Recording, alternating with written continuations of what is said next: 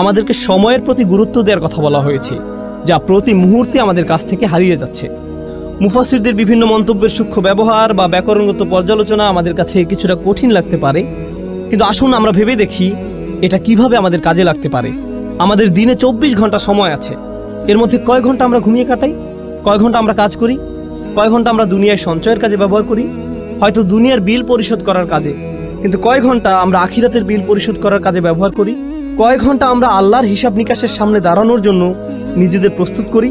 এখানে বাৎসরিক একটা হিসেব আপনাকে দিতে হবে, কিন্তু আসল হিসাব সামনে আসছে, যেখানে আমাদের প্রত্যেকটি কাজের হিসাব আমাদের দিতে হবে। আমি এটা সবসময় বলে থাকি। এই সূরা আসর শব্দটির ব্যবহারের তাৎপর্য হলো এখানে একটা দিনের অংশ বোঝানো হয়েছে। আল্লাহ আমাদেরকে আমাদের পুরো জীবনকে তুলে ধরেছেন, যদিও এটা কেবলমাত্র একটা দিন, মাত্র একদিন। আপনি যদি একদিনের জন্য আপনার জীবনকে পরিবর্তন করতে পারেন, তাহলে আপনি আপনার জীবনকেই পরিবর্তন করলেন। কারণ অনেকেই জানেন, অনেকে এখানে ফুল টাইম চাকরি করেন, অনেকে ফুল টাইম ছাত্র, অনেকে সবসময় বাসায় থাকেন। এই দিনগুলো প্রায় একই রকম হয়ে থাকে, একই কাজ, একই রুটিন, একই কাজ বারবার করতে হয়। তাহলে আপনি যদি আপনার দিনের একটা অংশকে পরিবর্তন করতে পারেন, আপনি আসলে আপনার জীবনের একটা অংশকে পরিবর্তন করলেন।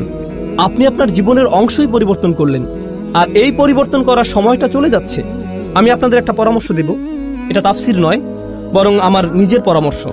তা হলো, রমজানে আমরা আমাদের পরিবর্তন করি, আমরা ঈদের সময় বিভিন্ন পরিবর্তন আনি, আমরা বিশেষ কোনো অনুষ্ঠানে আমরা আমাদের নিত্যকার রুটিনের পরিবর্তন আনি, হয়তো পরিবারের কোনো সদস্যদের মৃত্যুতে, হয়তো সন্তান জন্মের উপলক্ষে, ইত্যাদি কারণে আমরা এই পরিবর্তনগুলো আনি। এরপরে আমরা আবার আমাদের রুটিনে ফিরে যাই, কারণ আমাদের কোনো তাড়াহুড়া কাজ করে না। আপনি দেখবেন, আপনি কখনো বলবেন না, আমি আগে ঠিক 9টায় কাজে যেতাম, আমি এভাবে কিছুদিন গিয়েছি, কিন্তু এখন আমি কিছুটা অলস হয়ে পড়েছি, এখন আমি 10টায় বা 11টায় যাই। আপনি এমন বলবেন না, কারণ আপনি জানেন যে আপনি তাহলে বরখাস্ত হবেন। আপনি জানেন যে আপনাকে সেখানে সময় মতো থাকতেই হবে।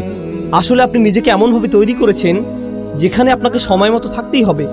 আপনার প্রতিদিন সেখানে সময় মতো উপস্থিত হওয়া ছাড়া কোনো উপায় নেই, এছাড়া আপনার কোনো পথ নেই।